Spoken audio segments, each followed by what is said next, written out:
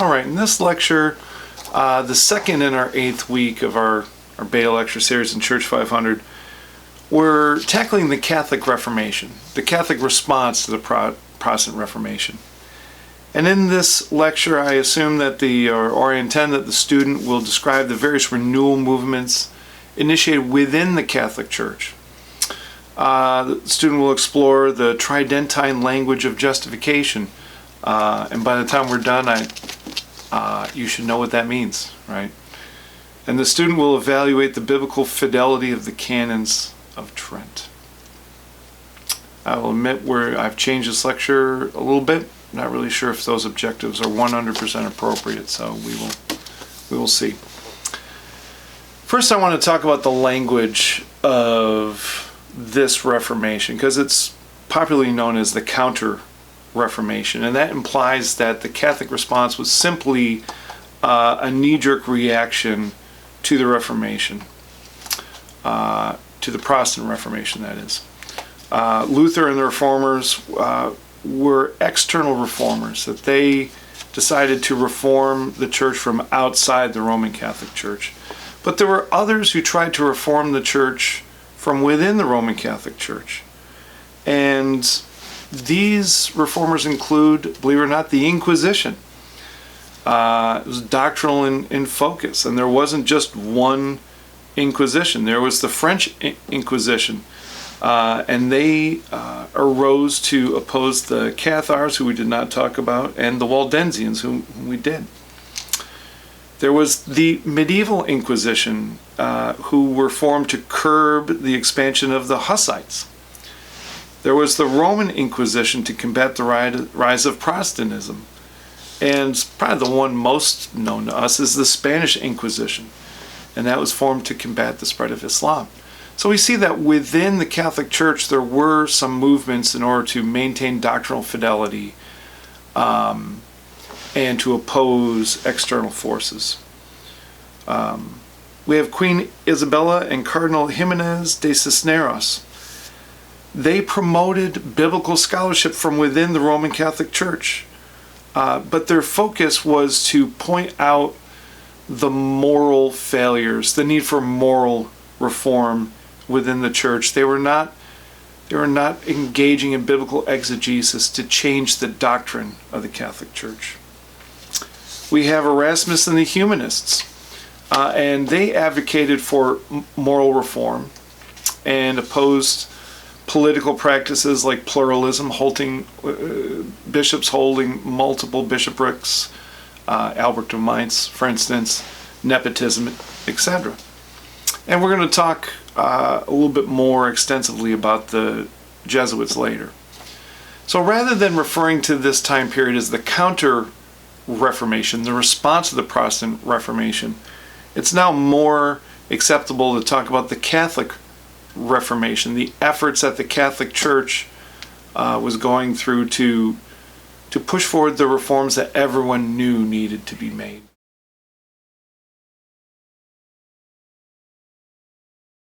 And part of this Catholic Reformation was wrestling with what we call the conciliar movement.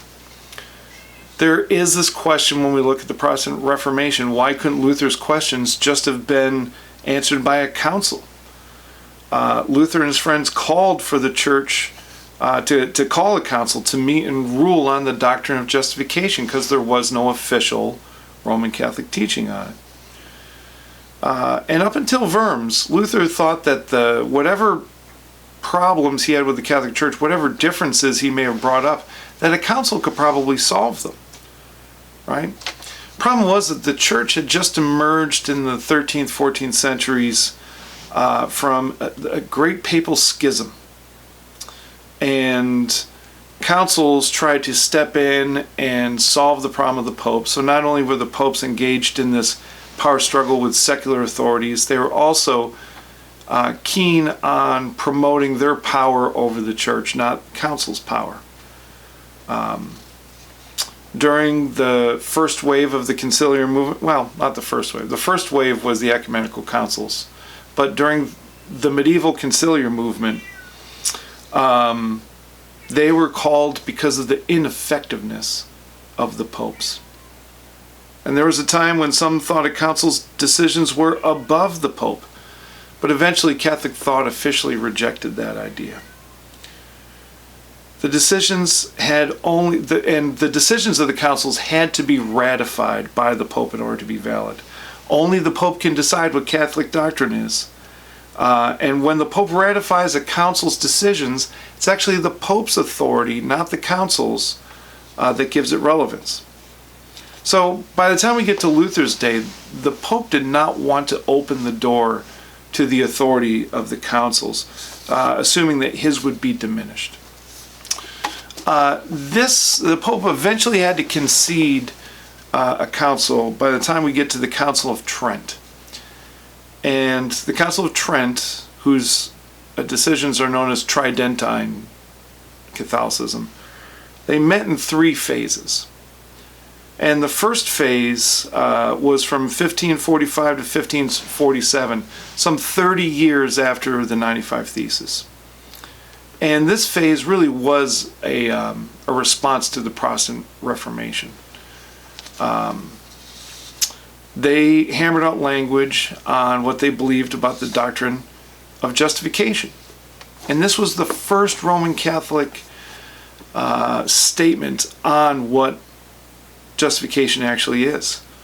In many ways, it continues this trajectory from the Council of Nicaea, which answered the question about what the Trinity is, and then the Council of Chalcedon, which said, okay, if Jesus is fully God, in what way is he fully man? Now they are getting to questions of salvation. And the Council of Trent used the language of faith working itself out in love. That there are works of love. And when the Council of Trent uses this language, they're talking about penance for accruing merit, right? Luther, interestingly, never accused the Roman Catholic Church of preaching salvation by works. What he said was the Roman Catholic Church's teaching amounted to teaching salvation by works. What the Catholic Church actually taught was salvation by faith and works. What Luther taught was salvation by faith alone. Augustine had said that the object of your love draws you towards it. When God is our supreme love, God draws us towards him. So here we see both Protestants and Catholics can appeal to Augustine there. Okay, your faith is shown in works, and at least the Catholics would hold on to that part of Augustine, and the Protestants would say, yeah, but works are the result of faith. It's not cooperative with faith. Because by the Middle Ages, this Augustinian notion of being drawn towards God had developed into this transactional relationship based on merit. So we see these 2 parallel tracks within Augustinianism. The effect of love on the believer resulting in good works. The Catholic tracks, it was faith and works cooperating. In the Protestant tract, they understood it as works as the result of faith. The Catholic Church never believed in salvation by works because that's Pelagianism. And Pelagius was one of the oldest and most commonly denounced heretics within the Catholic Church. Luther said that a Christian is expected to perform good works in the same way that James said that we are to perform good works, but they reject the idea that one is justified by those works. It's this change in our hearts that's the result of the Holy Spirit's work that results in good works. Second thing the Council of Trent did was ratify the Vulgate. The Vulgate was a 5th century translation of the Bible into Latin by Jerome, and it was the only official text that can be argued over in the Roman Catholic Church officially. Vernacular translations had always been okay in the Roman Catholic Church because the Catholic Church recognized the Bible was written in Greek and Hebrew. The Bible wasn't written in Latin. The problem was what what translation can you get doctrine from?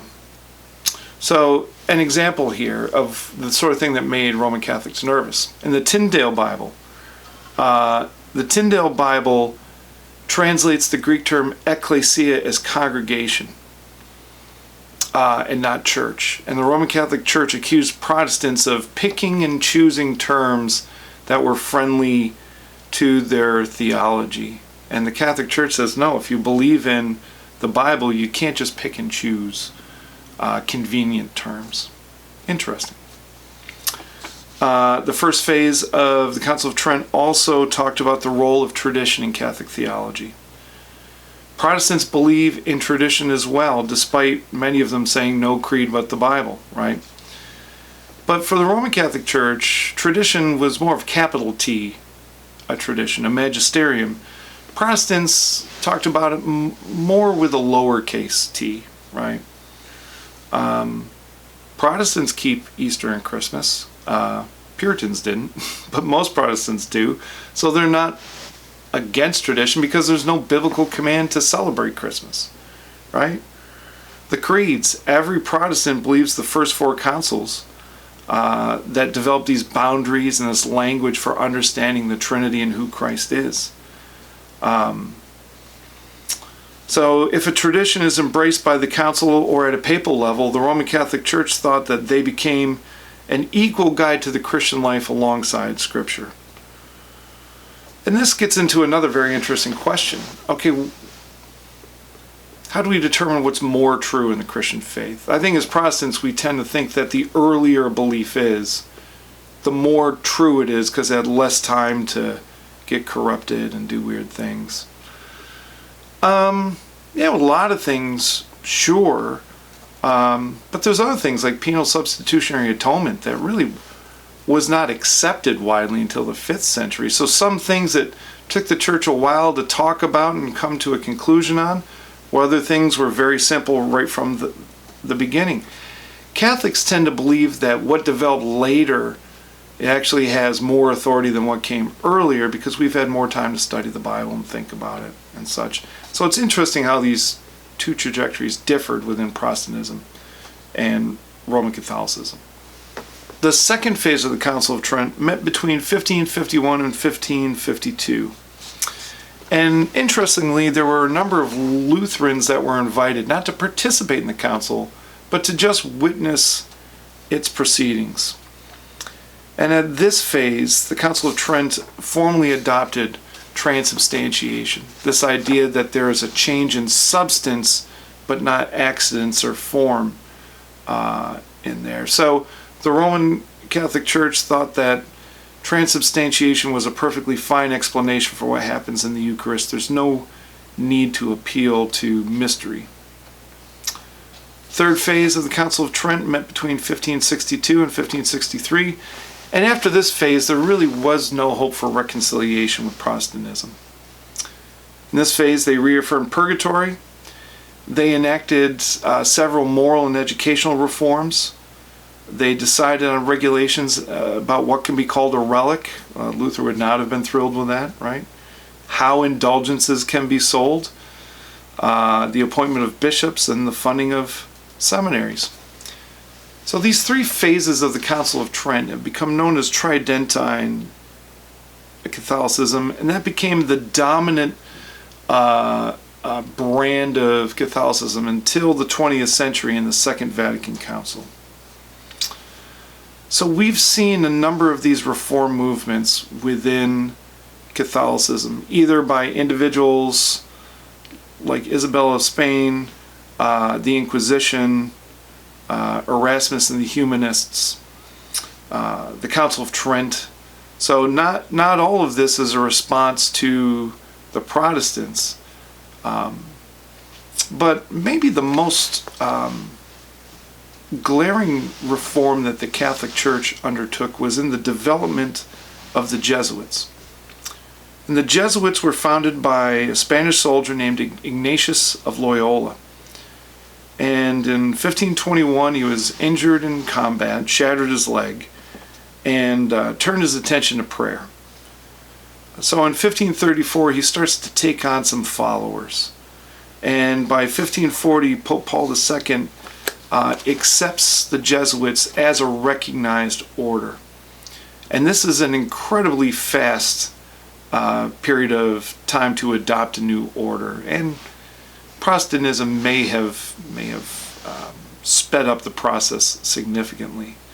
But it does speak to the recognition in the Catholic Church that there was a need to reform.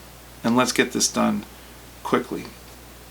By 1548, Ignatius's spiritual exercises were accepted as official Catholic teaching. The Jesuits became known as the Pope's Army. Because of Ignatius's military background, the Jesuits were organized parallel to a military unit, and that allowed them to be deployed quickly and effectively, allowed them to be deployed to extreme environments like South America, like the Western African colonies, all the way to China.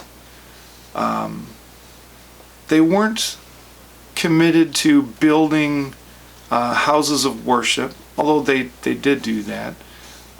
They weren't committed so much to building endowments, but to education. They were an educational order. And by educating people in the essentials of Tridentine Catholicism, they became an important movement in the resurgence of Roman Catholicism. There's a couple of the things we can talk about when it comes to this, but I think we'll save this for class. We'll save the Baroque movement for class because it requires us to look at artwork as a reflection of the ideas that were going on there. And there was an opposite parallel movement within Protestantism to use artwork to promote their ideas. So we will look at some of this in class.